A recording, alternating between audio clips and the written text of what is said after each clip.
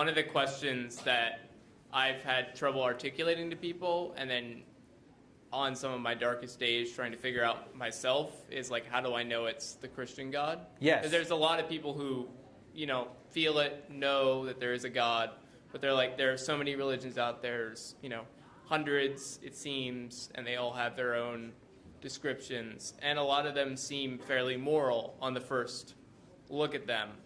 So, like, how would you introduce that discussion with somebody?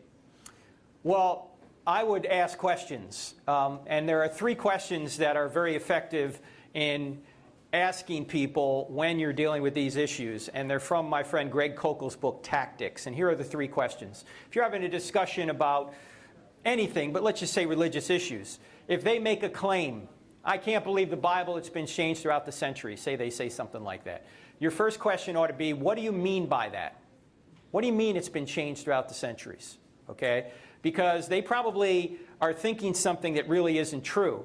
But they say that, and you can get them to clarify what they mean, because they might think it was passed like the telephone game. You know the telephone game, one person tells to another person? That's not the way we got the Bible. They may think that. Second question is, how did you come to that conclusion? In other words, what evidence do you have for this position? And then the third question is, have you ever considered, like if somebody says, let me go back to the second question. Suppose they say the Bible's been changed throughout the centuries. You say, how did you come to that conclusion? What evidence do you have for that position? How many people do you think you're going to ask that question if you say, how did you come to that conclusion? Have you investigated the manuscript evidence for yourself? How many people are going to say, you know, just last night I was up reading a book about the Byzantine line of manuscripts, right? No, nobody's going to say that. Because most people have a slogan that they like, and as soon as you ask them for evidence for that slogan, or what it means, they can't describe it or they can't give you any evidence. So before anybody's going to accept your worldview, they're going to have to begin to doubt their worldview. So ask the question, what do you mean by that? How did you come to that conclusion? The third question is, have you ever considered, that means it's your opportunity to provide some evidence back. Have you ever considered the Bible has not been changed throughout the centuries? That we can compare the nearly 6,000 Greek manuscripts and with great confidence reconstruct the original New Testament?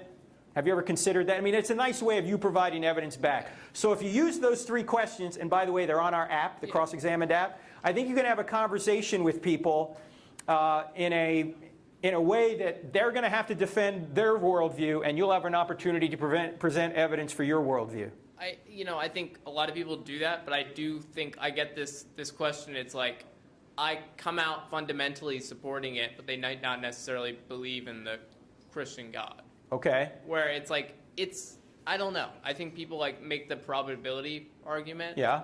Where they're like, if there is one, you know, how do I know? Well, how do I choose? These are the other 4 questions we went through tonight. Truth, right.